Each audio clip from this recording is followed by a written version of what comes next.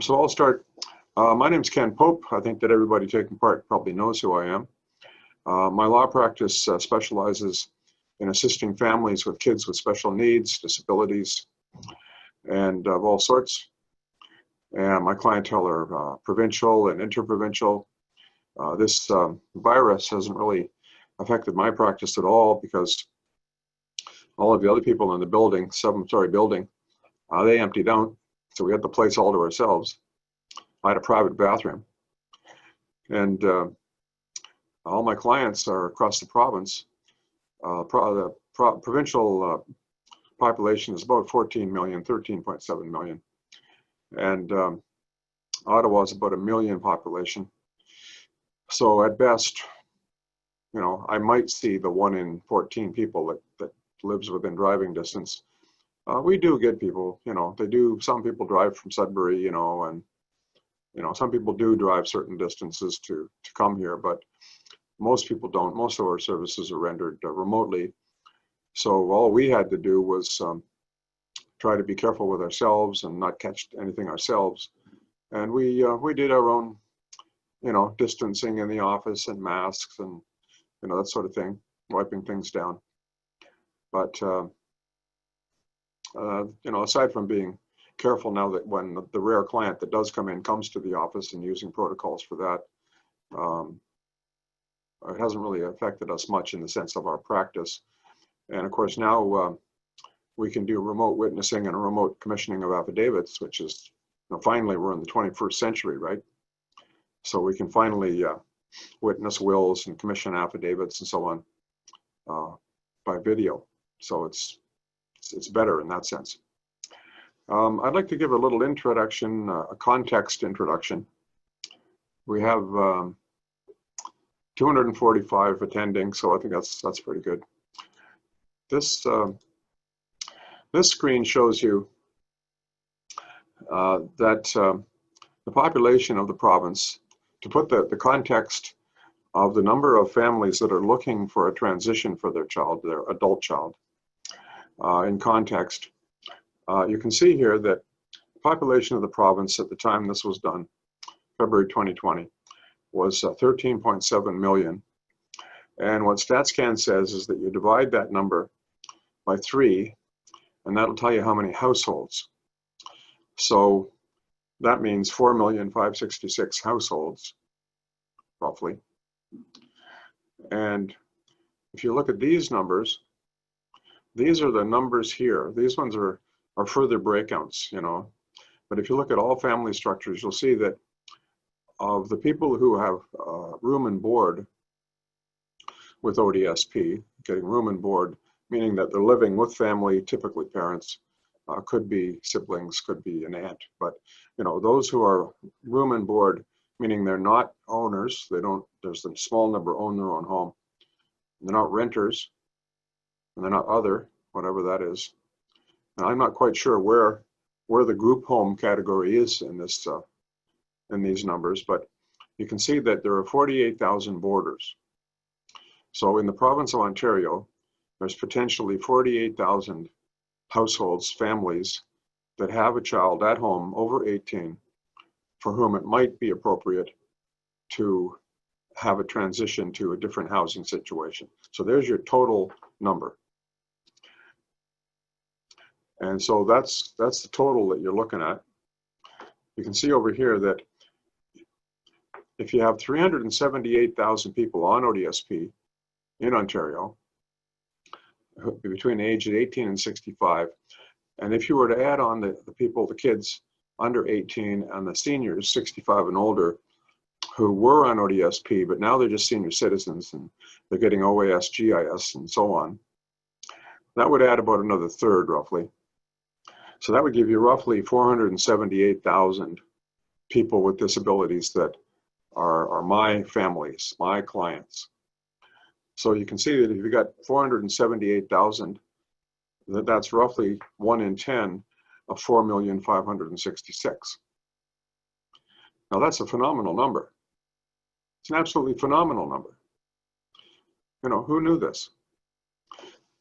But then when you take a step back, it's only 48,000 of 300 and 78,000, about 13%. Now, granted, the numbers increase every year in the sense that people turn 18, but then, yeah, and the numbers, overall numbers, continue to grow. I was just reading in the paper that there's 48,000 people, kids with autism of one part of the spectrum or another, 48,000 in Ontario. Now, 48,000 is a big chunk of 378,000. And I suspect that it may be, given all the numbers we've seen about autism, that they're not 18, a lot of those are not 18 yet. So it's going to be very interesting in the coming years. These are, this is the breakdown by type of disability. And you can see here, developmental, 19%.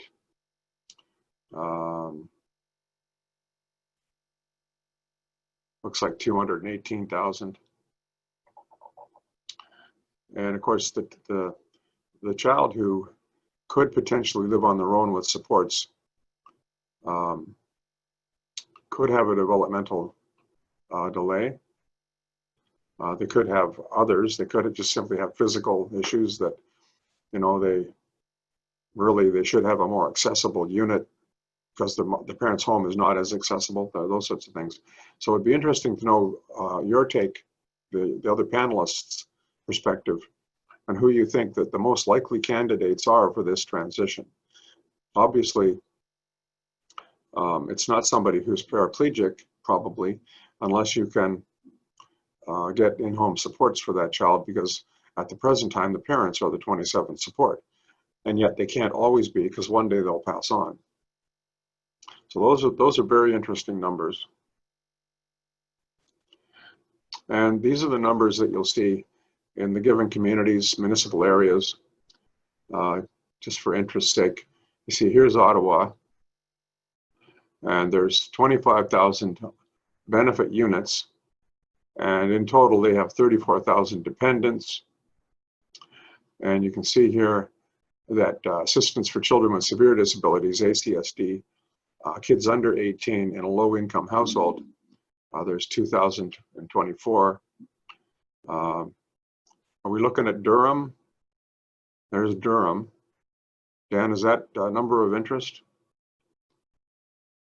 There's Durham there. Yes, of course it is. And London is down here, 15,000. Wow. I think it's fascinating. Now I'm going to say just a few more words, and then I'm going to stop. If you're looking to have, if you do have children in their own housing situation, they still continue to receive ODSP.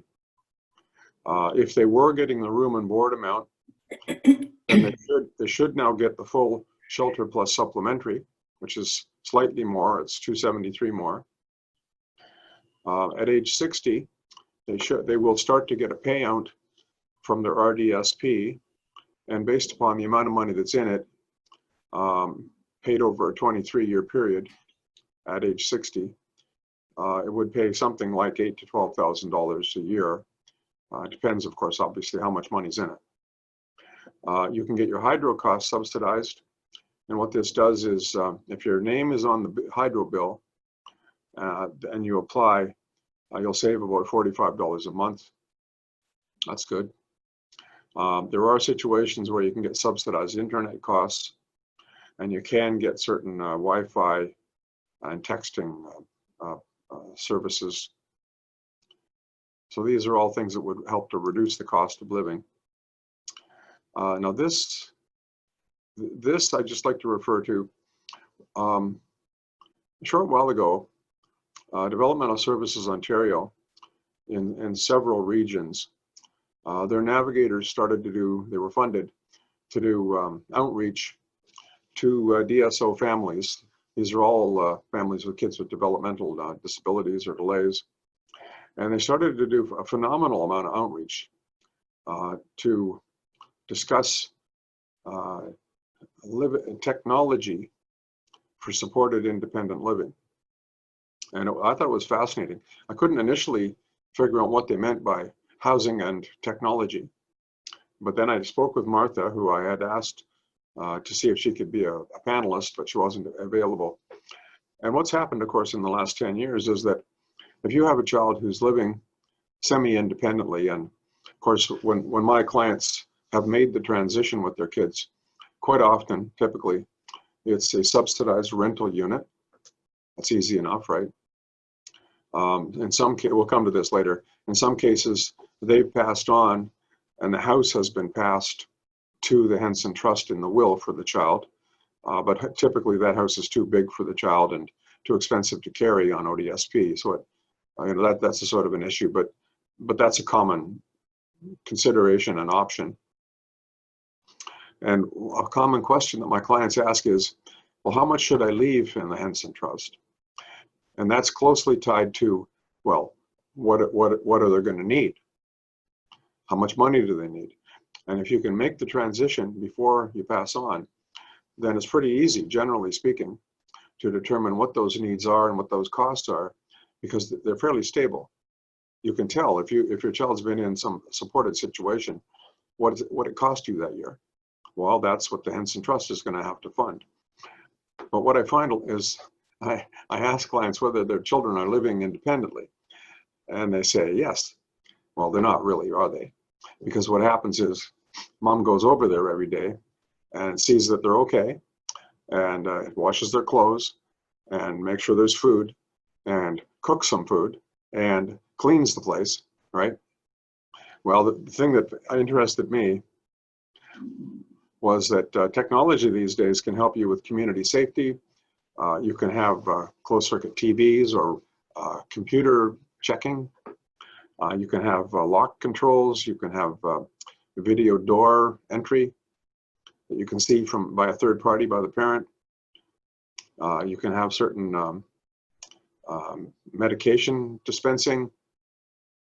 You can have people with items that help with daily life skills, such as scheduling, pictured schedules, pictographs. That's very common, of course. Automatic bill paying, so that the bills are just automatically paid from an account.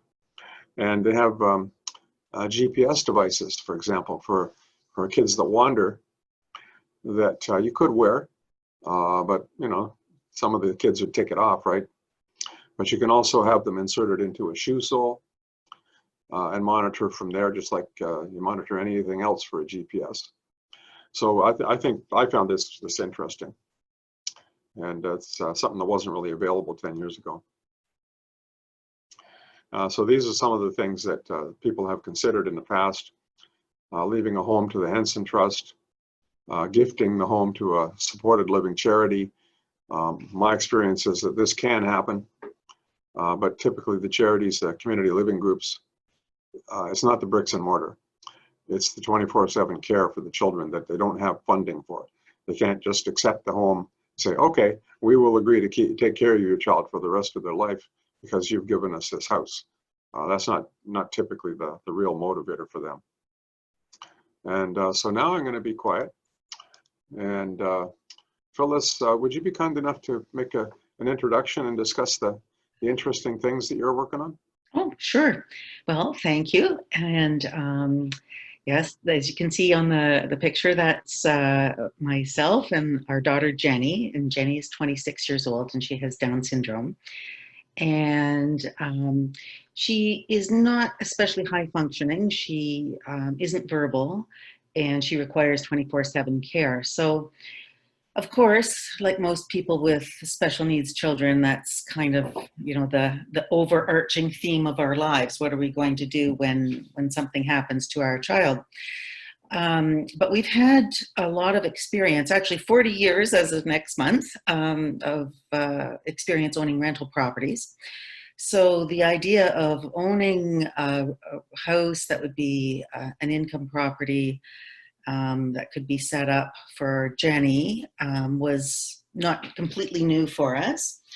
So that was where we started with the whole idea. I guess because we like the idea of real estate, that was part of our motivation for it.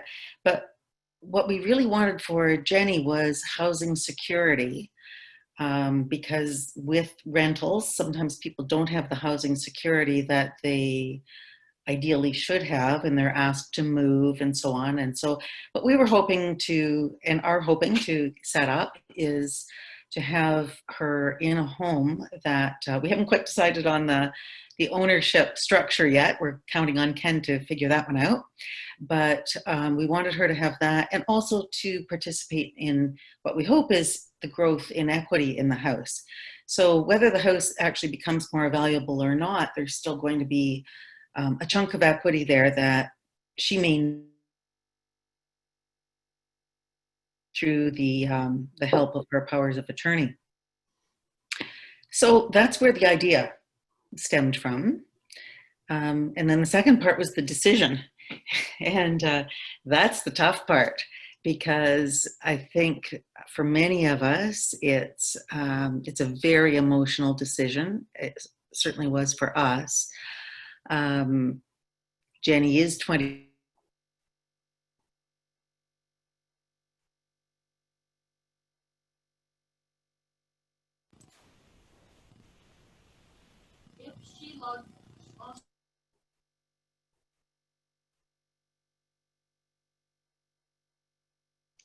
Looks like a little shortage of bandwidth.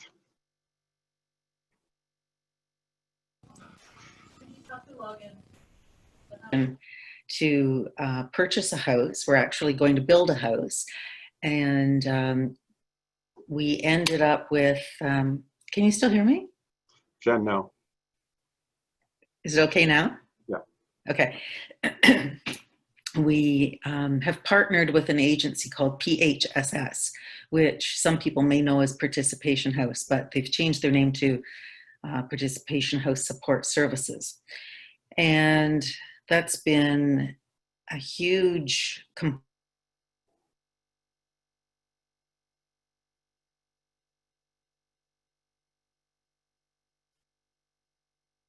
It's interesting. This has never happened before.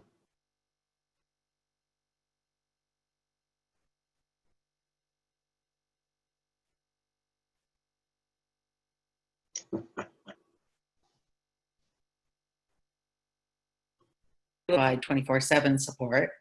So we do have some PH staff coming into our home, and that's wonderful because we've been sort of able to test drive the whole process. So being able to test drive for a year and a half has allowed us to see, do they do what they say they're going to do? Do they hire the kind of people that we're comfortable with? And do they keep their word? And so far, they've been above and beyond all of our expectations.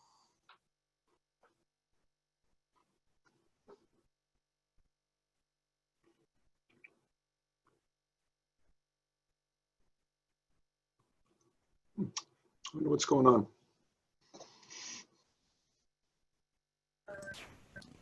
Ken, she may have to restart her her program.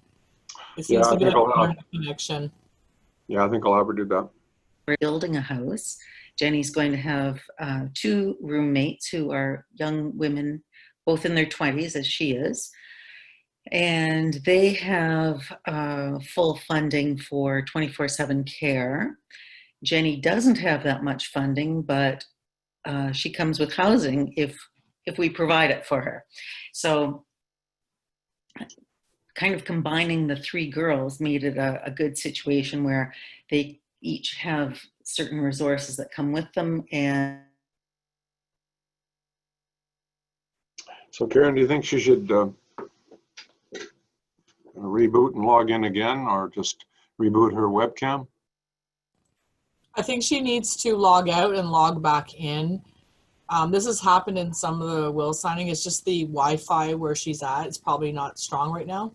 Yeah, it's either the Wi-Fi or the upload, a couple of years, I guess, that we've been talking about.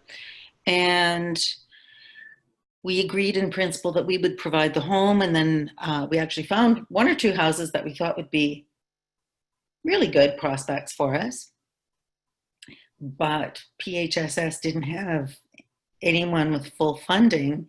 Jenny didn't have full funding, so we weren't able to go ahead with the house. And of course, what's happened in the last year and a half is that, at least in London, the housing prices have gone up and up and up. So what we thought was going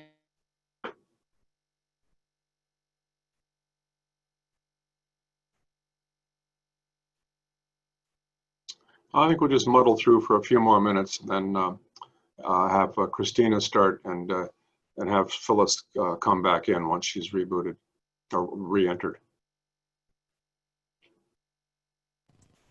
Okay, we'll let her know when she gets back on. is going to be like for her in the future. So anyway, we're coping with that, and because of our faith in PHSS, I think we feel pretty settled in our decision and pretty confident that we're doing what's going to be best for everybody involved. So let's see, what else did we have to think about with, I guess the bigger picture too, for me, was what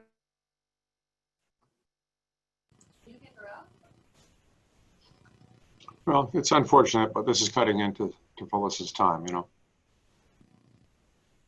Phyllis, Karen tells me that you should log out and then log back in as a panelist. And she thinks that this might deal with the interruption in the signal.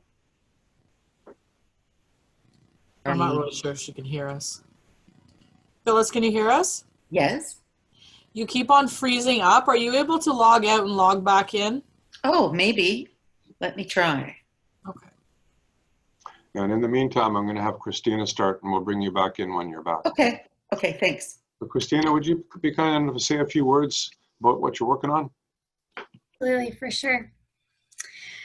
So my name is Chris. I am the co-founder of Plant to Home. I was in business school when I was approached by some families living with children with developmental disabilities while I was volunteering with them, and just learned about the housing crisis, the wait list, and all of the problems that I'm sure everyone on this call would already be familiar with.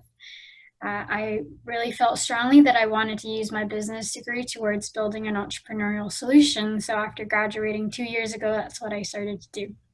Good I don't work. know if you have my slide up, Ken. Yeah, sure. Thank you. There we go. So when I first started into this, we gathered a group of 30 families in London, Ontario, and we sat them down and really tried to understand the entire system of what was going on in this disability sector. And through a couple of years of networking and speaking with people from all levels of government and all levels of the disability support system, I really grasped an understanding of the overall systemic issue that I think we were facing.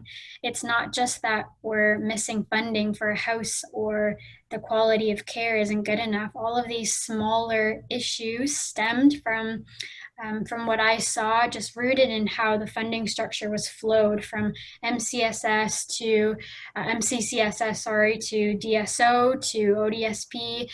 All of these things created a lot of barriers towards innovation. So families can come with great ideas, but they'll face a barrier of the wait list, for example, or they'll come up with housing but not have enough support funding, or they'll have support funding but not be able to provide the housing. And all along the way, there are hurdles that families have to jump through. And so some of the things that I saw was there was incredibly innovative projects all over the province doing amazing things, but it only would support 5 or 6 individuals. And that's not fast enough to provide enough housing for the rate at which the wait list is increasing every single year. So in my mind, our vision really became, how do we create a sustainable solution that is the beginning of the end of this housing crisis? How are we able to multiply each project so that we're making a bigger impact on this housing wait list? How can we solve this problem, not just for 4 families, but for multiple families? And so this is where we're at. Through working with a core group of families in London, we really were able to identify some core values that the families really believed in, and also something that we were able to provide. So I'll go over these. The first one is choice and control. I think Phyllis mentioned this already, is families want to know that they're not just going to lose their home if they rent it. They want to know that they can control who lives there, how long they live there. But they also don't want the hassle of wanting to deal with a broken light bulb or needing to go in to fix a toilet. So we created an ownership rental hybrid model in which families can own 33% of the capital cost, which becomes their share into plant to home. So what that means is that families own plant to home, and plant to home owns the homes, which then they are able to do the property management of, ensure all of the maintenance is done, but families get the control. And so that 33% capital cost goes into their share, and they can sell their share when their loved one pass on or when they decide to move out into a different facility. Next is accessibility and affordability. It refers to the physical accessibility and then the financial accessibility. And so our design is 2-bedroom main floor units with shared accessible bathrooms. These are private bedrooms for one individual, and they have the choice of perhaps a sibling or someone that they've grown up with, that have gone to day programs with, that they're familiar with, and they know that they're compatible living together. They share an accessible bathroom and living space and a small kitchenette. And then within the larger community, there is a common kitchen and living space. And we're able to make this affordable for families because they're sharing that capital cost of owning this home, and as just shares within the company. Think of it as investing your money into a company that is then able to provide your child with a home. And another aspect that families really valued was diversity and inclusion. So that refers to the larger community, the integration of their loved one within the larger community. And so what we're proposing is a 2-story townhouse development. There will be 6 plant-to-home units on the main floor, providing housing for 12 individuals, and then 5 rental units on the second floor for community members and even parents who have mentioned to us that they're interested in living close to their loved one, but not needing to take care of them daily. Lastly is the sustainability. So how we're able to continue building these communities, we call them plants. We want to plant these communities all over Ontario, is that the profit from the first development will go into the second development, and that creates a sustainable cycle. And that when you're investing in plant to home, you're not just investing in one house, you're investing in a community of homes that will be able to support families all over the province. The other aspect of sustainability is keeping housing and support separate as 2 corporations. So Plant to Home manages the housing, and very similar to Phyllis, partnership with a support agency I think is a really key success factor here. If you're able to establish a really good relationship with a local support agency that can partner with you in providing some of the support, you contribute obviously your passport funding, what you can, and then the addition is communicated and provided through partnership with the support agency together.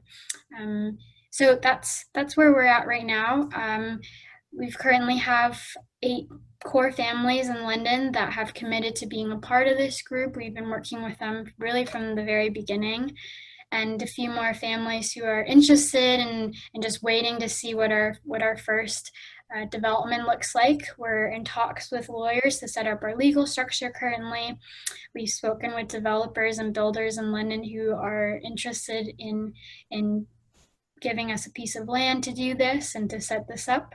So this is our vision for what we hope to build, and hopefully we'll be able to get our first development up. Can you see the questions coming in? Yes, I can take a look at them. So the questions that we anticipated, of course, and Phyllis, this is directed at you because several of them are specifically directed at you, is how do you get funding? Now, with Phyllis, she has fostered a relationship with PHSS, and in some cases, the family will simply provide the supports because the child doesn't need a great deal, and maybe the 3 families, like for example, just talking, In Phyllis's case, if you have three families with three adult children in one of the houses, between the three of them, perhaps they can pay for funding for people to continually check on them or sleep overnight, that kind of thing. But it's the funding for the supports that is a big issue. Christina, what do you propose people might do to have that kind of support? Where would they get that? Yeah, so what we did was we took the 8 families.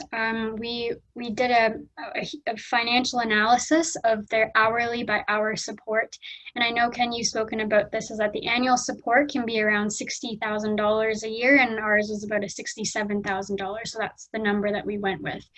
That's with sharing across 12 individuals within the community, having on-site support workers, so there's less travel cost, high quality of work for the employees. All of these little things and operational efficiencies help to decrease the cost, but that is still not enough based on what passport funding offers. So say, for example, someone has a $20,000 passport funding, there's still $40,000 left that's needed to fund for the rest of the year. Yeah. And so what we've been actually discussing is like I said in the beginning, there's a barrier in that we can provide these housing, but when we go to DSO, they have the wait list that the individuals must be picked from. And so we can't decide if we're going to ask government funding to support some of these supports needs, then we have to comply with their wait list and who they decide gets to live in our homes. I see. That's the practicality of the situation. So that's the difficulties, and that's what we're in talks with MCSS to say, is there any way that you can help us work around this? Is that we know there's the existing wait list and we know that you have a structure for it, but if we come up with the housing, we come up with a portion of the support cost, can you support us but allow us to choose the individuals that go into our homes? The other potential is creating an endowment fund. So some of the families who have younger children growing up are not at all thinking of their child moving out at this point, can contribute to some kind of endowment fund that is able to accumulate some interest year after year. We've calculated that to fund 12 individuals, an additional I'd say investment of a $12 million endowment fund will be able to accumulate enough interest every single year to fund $400,000 of support cost. Yep. The $12 million seems quite large, but if you can start with, say, a $4 million endowment fund from the community, get some interest accumulated, partner with the government. It's all about getting all of the people within the network engaged in supporting with that support cost piece.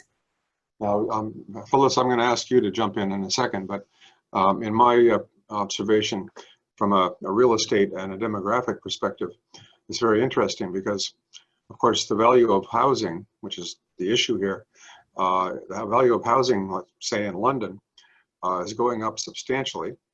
So the size of estates is going up substantially. And at the same time, the size of families is going down. So it wouldn't be uncommon at all these days to have families with one child and a house that's worth $1 million. So the Henson Trust could hold the $1 million, or they could endow it, but the $1 million could be held by the Henson Trust and invested, and the $50,000 it earns used to help support that child. No issue at all. So I would say that those two factors are moving in your favor.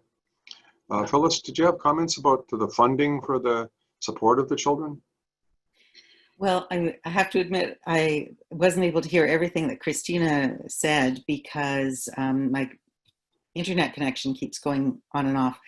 But there's a couple questions specifically for you. People are talking about 24/7 supports. How do you fund it?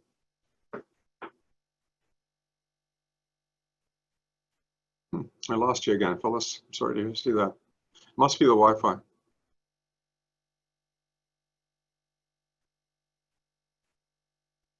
Yeah, that's very unfortunate. Dan, we've got at least, good length of time for you as well. Would you like to introduce yourself and make a start? Definitely. Okay, so my name is Dan Hughes, and I am the founder and director of the Enhanced Stay program. The Enhanced Day program is a day program that works with adults with disabilities once they graduate out of high school at 21. We provide supports for them Monday to Friday from 8 a.m. to 3:30 in Pickering. We have specialized mainly with my background working in the field, mainly with autism, and specializing with providing supports even in the high school when they're in PA days and summer camps, providing programs like that. We've been operating for 7 years here in Pickering, about a year and a half in Toronto first, then we moved out into Pickering, into the Durham region. And we have clients from downtown Toronto to Bowmanville to Uxbridge, Markham that come from all over for our program. But one of the key things that's come out of that is what happens once a family is looking for housing in the area, or if they are to pass on. And out of that, I started a company called Liberty Hamlets. And Liberty Hamlets is a development company. I have a background in housing and design and construction, as well as in the social services field. For many people that have been working in the field, you guys know you got to do 2-3 jobs just to keep it going. And so I actually went on to school and did a master's from Cornell University in healthcare design and leadership. And so as part of that, we worked through with Ken what it would take for families that have an adult child or a child with a disability to work through purchasing a unit for them. So one of the biggest things, especially everywhere in the province, is accessibility and actually building accessible housing in our province. We have a number of families where they're now looking to downsize and move out of the 2-story model or the 3-story stacked townhouse into a 1-floor unit. And so we have come upon and are working towards finalizing in the next week a purchase of a piece of land in Pickering. It is 200 yards from the Pickering Rec Complex, 300 yards from the highway either way, and 700 yards from the GO station. From the GO station here, you are 25 minutes to downtown Toronto on the Express. There's also a new youth and senior centers going in. Arts center and also new library is all within 500 yards of us at this site. So this project, Axess Condos, is our first development for Liberty Hamlets, and it is a two towers, 22 stories each building, 331 units, and we're just to update, we're actually at 408 parking spots, not 355. It is also one of the first ever 100% barrier-free and accessible buildings. So this means that rather under the AODA, which is the Accessibility for Ontarians Disability Act, as a developer or a builder, we're only required to make 15% of our units accessible at the stage of design. That means that if someone comes in that wants to purchase that unit and they don't want it accessibly designed, then that can change. But as long as it's done at the design stage, that's all that matters. So for us, we've already put our site plan application in with the city of Pickering, and the fire department and the engineers were absolutely shocked. They've actually have asked us to come in and train their staff how to design a building that's completely accessible because they've never seen one before. So what this means is that we have turning radiuses rather than the minimum building code of 1,500 millimeters for a turning radius for a wheelchair or someone in a scooter. Our hallways are actually over 2,000 millimeters. So this means that you can actually have 2 wheelchairs go side by each other, or 2 individuals using walkers right inside of the hallway. Inside of the units themselves, there are a minimum of 5 spots where someone or an individual that is an accessibility device is actually able to turn their wheelchair around. Key spot for this as well is that the doors are all wider. Often once you get through the front door of a unit, you get into a smaller, from a 32-inch door to a 28-inch or 28-inch door. What we've done is we've actually kept all of the doors at 32 inches throughout the whole building. So that means that someone, the average size of a wheelchair is 31 inches. With the door fully open, they can get through every single unit in the building. So if their friend lives 5 units next door, they can actually get into that unit rather than having to say, hey, I can only make it into the hallway. So we've actually taken a lot of those issues that individuals that have disabilities, physical disabilities, and have looked at it that way. But as part of this project, we've actually have spent time meeting with multiple different groups. With my experience with autism of how we can build an autism-friendly place, but also how can we build a facility that works well for people with low vision.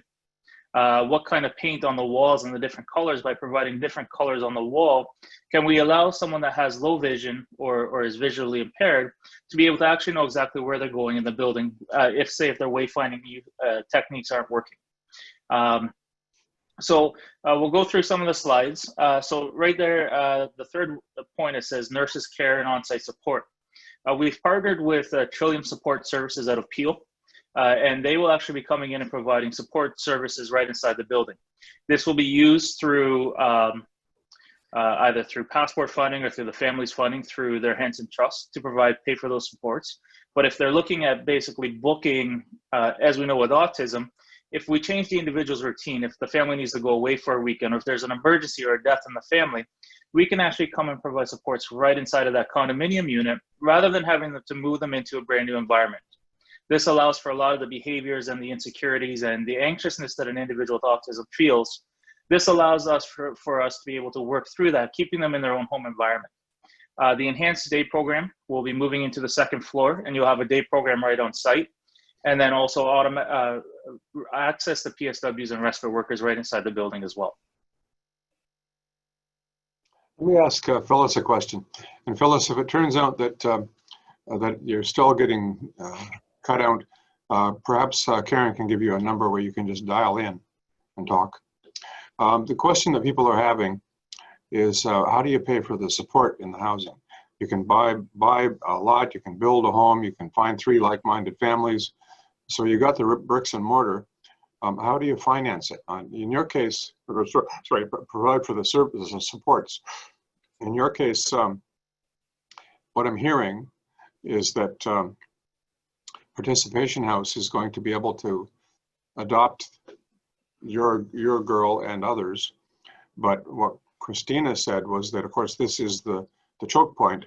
They can't just arbitrarily put your kid first, right? They get funding, and it's applications are made for funding for a given child support, and they can't just say, okay, well, I've got 60 grand, so I'm going to give it to that person.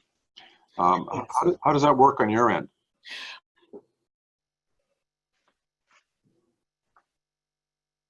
No, I think you're going to have to phone in.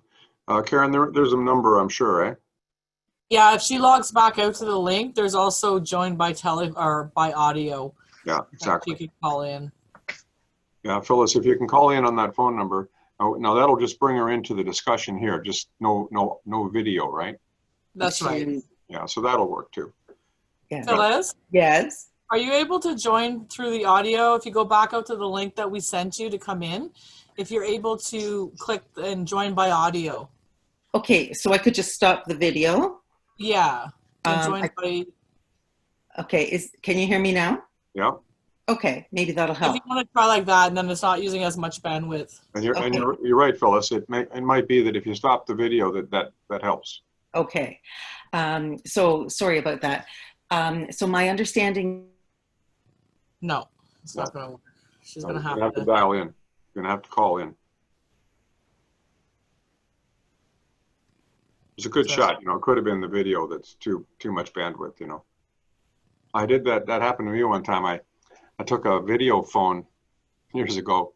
I got 2 video phones, and I took one to Barbados with me, and I left one in the office so that I could call back and see staff or see clients.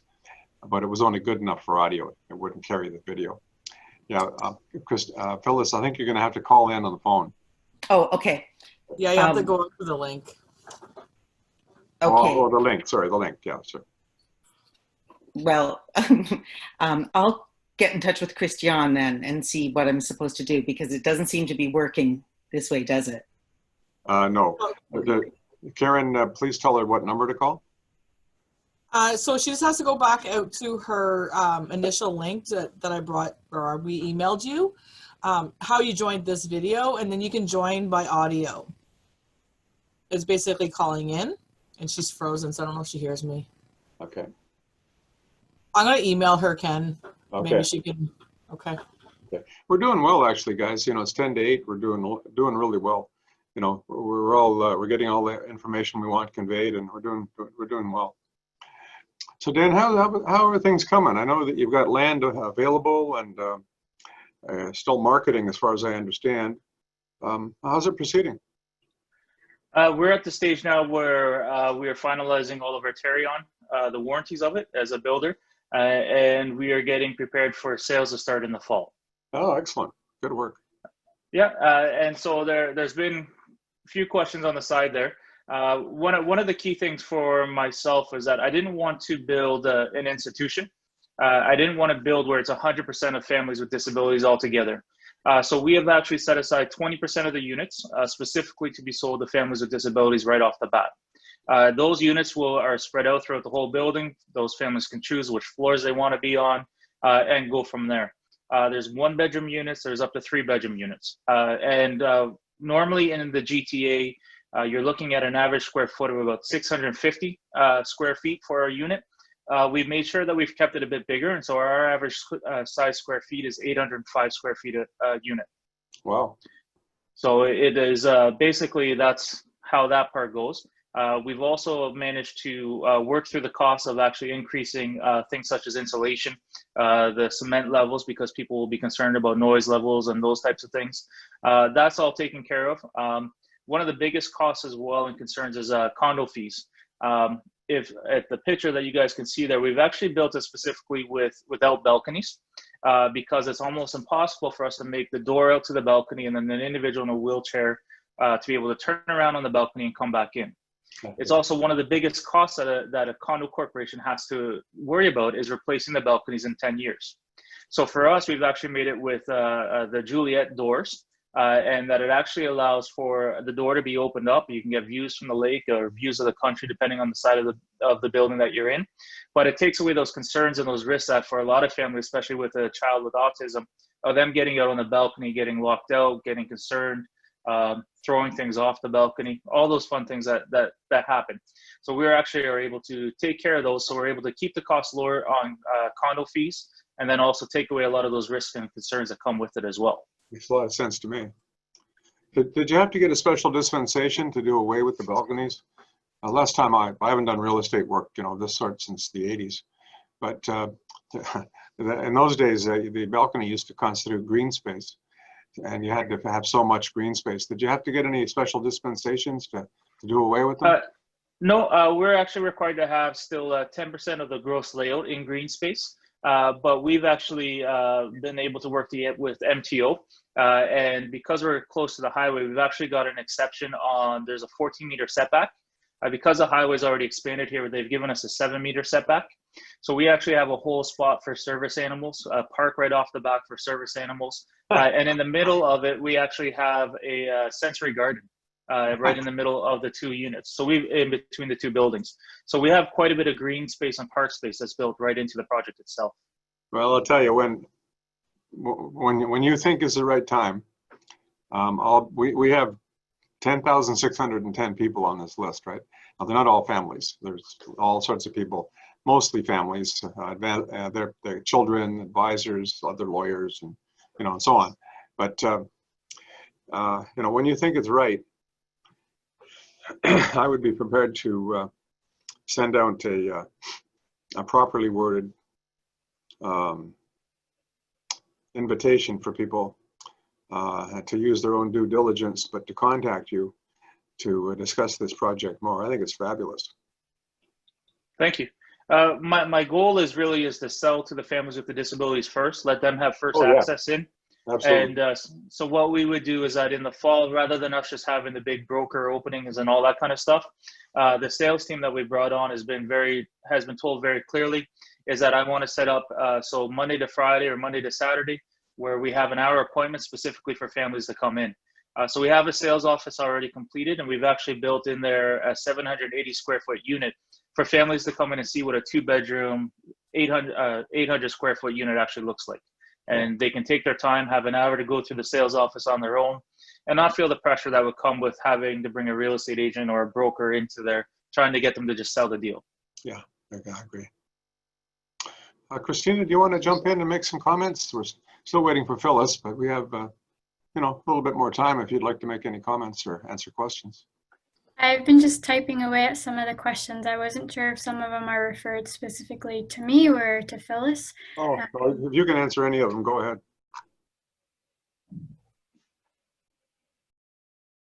I'm just looking at them now.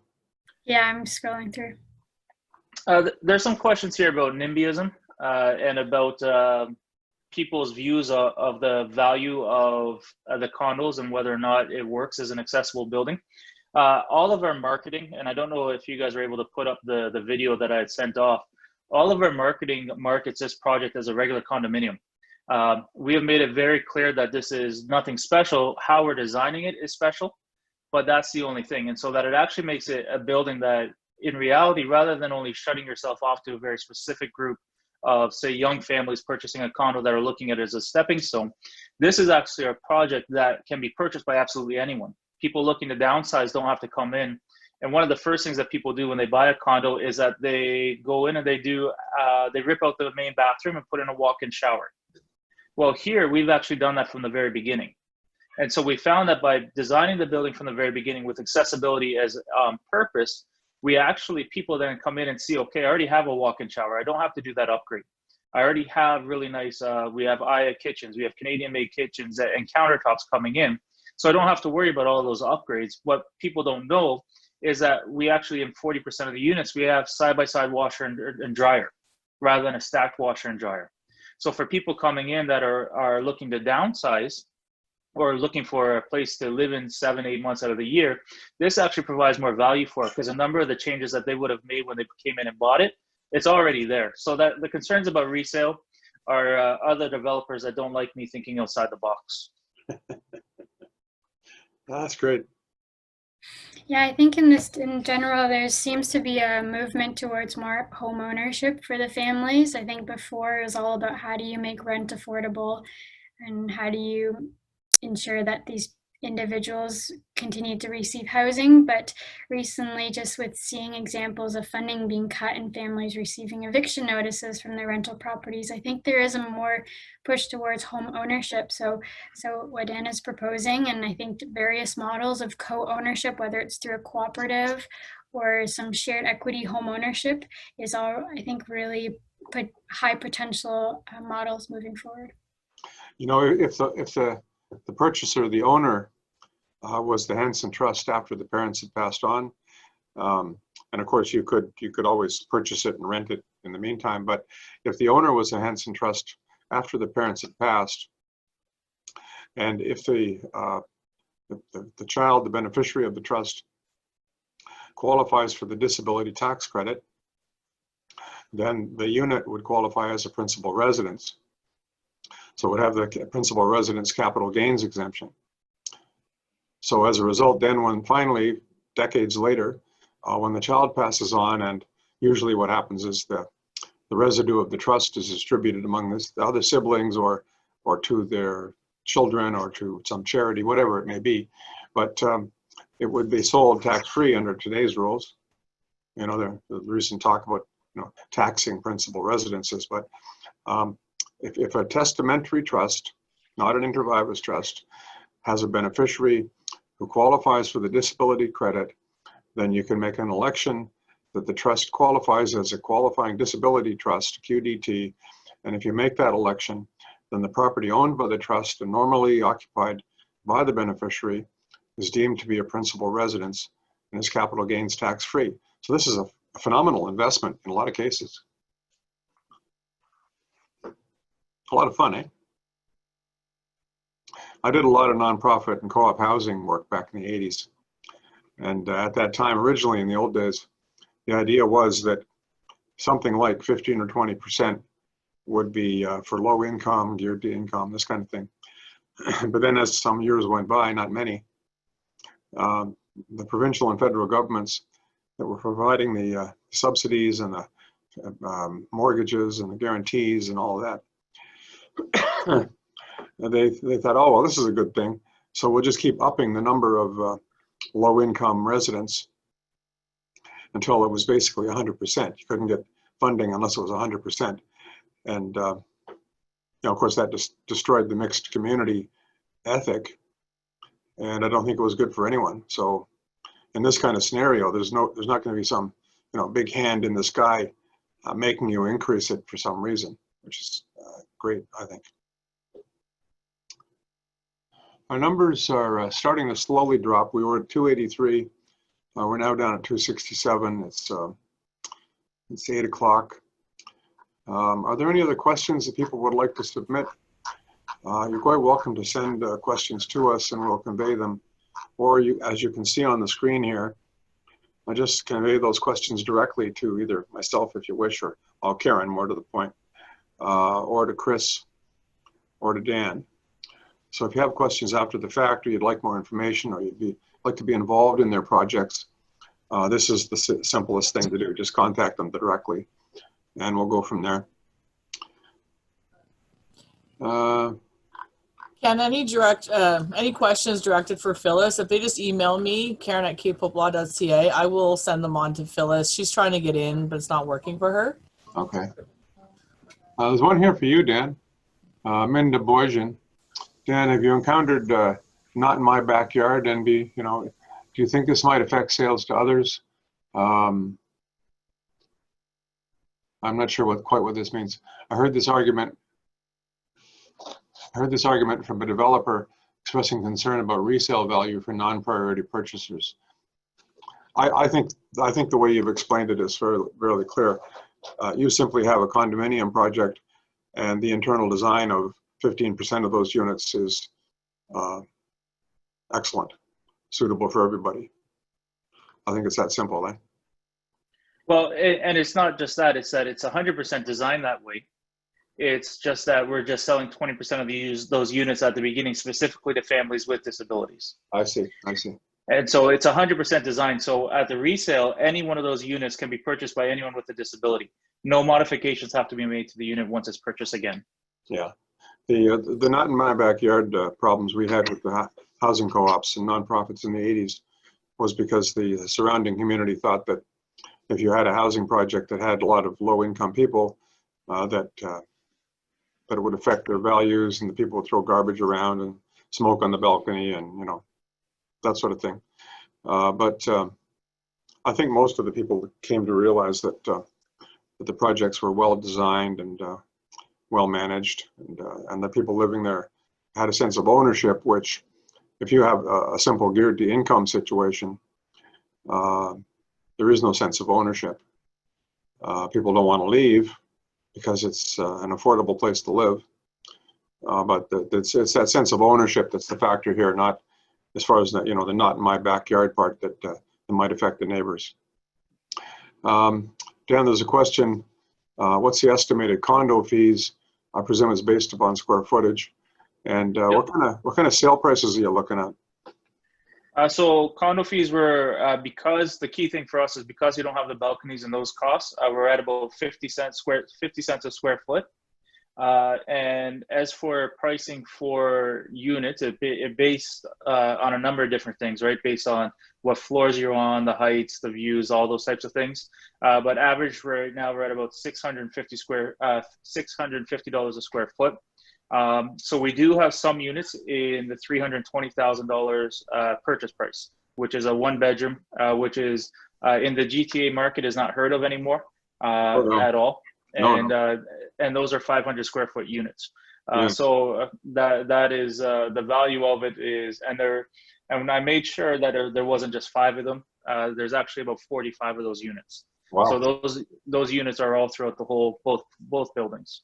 No, you're right. Those are very well priced.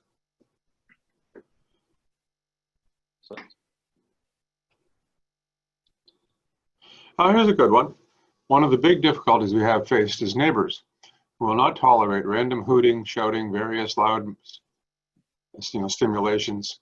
So how are neurotypical neighbors taught to be more understanding of autistic adults? Interesting question. What do you think? For me, the biggest thing is education. For us, from 1953 to 1993, we took everyone with a disability and we locked them up in institutions. For the next 25 years, we then put them into group homes, and have the only time you hear about a group home is when something wrong happens or the neighbors are complaining. And then therefore it's a bad model.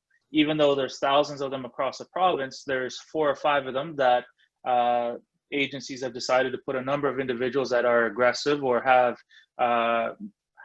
heavier staff loads, which cause parking onto the street, to cause problems. So I think the biggest thing is actually inclusion, having people actually living with people with disabilities inside of the building actually opens up their mind to who these individuals really are. And often we just look at an individual and say, oh, they have autism, whereas rather than saying, oh, this is Dan, right? And so by coming in and building a building that is inclusive, where 80% of the units are people without disabilities, or they aren't accustomed to living beside someone with a disability, I think our project actually enables people to now have that mindset and that change. I sit on the accessibility committee with the city of Pickering, and even city councilors who have never experienced what it means to have to turn a wheelchair around. You bring them into that model where they actually have to do it and see what it's like inside of the city hall, it changes their mind completely. And so until there's actually that education for the people in our general society, there's not going to be an acceptance. There's going to be a fear or a misunderstanding of what they've seen from these individuals or what they've read in the newspaper. And I think that's one of the really big key things for me in this project, is that it allows us to take a whole entire city and teach them on inclusivity and show them that there is a community that can be built. And from there, these people can get jobs and work in the community and go from there. I'm really pleased with the way this webcast has gone. This is really, really excellent. Christina, would you like to make any closing remarks? Just to add on to that question, I think before you move in or build a home in a community, make sure you walk around and introduce yourself to the neighbors, talk to the people. And I think something that I witnessed in really successful communities is that there's an activity that brings a larger community in. So what I love about Dan, your model is that there's a cafe within the building. There's different businesses or opportunities for the outside community to come visit and to see that this is they are people. I think that will make a huge difference in terms of the integration. I agree. Well, I think I'm going to call it. It's 8:07. I think we did an excellent job, if I say so myself. I'd like to thank Christina and Dan and Phyllis very much. I appreciate this. This is an excellent piece. And I'm going to say goodnight to everyone taking part. We're back down to 220 people, so people are slowly sliding away, but I'm sure there's a lot of people that would continue to take part as long as we talked. I'm no doubt about that. And well, you know, this is our second annual housing event, and there'll be another one next year, if not more. And thank you very much. Good night.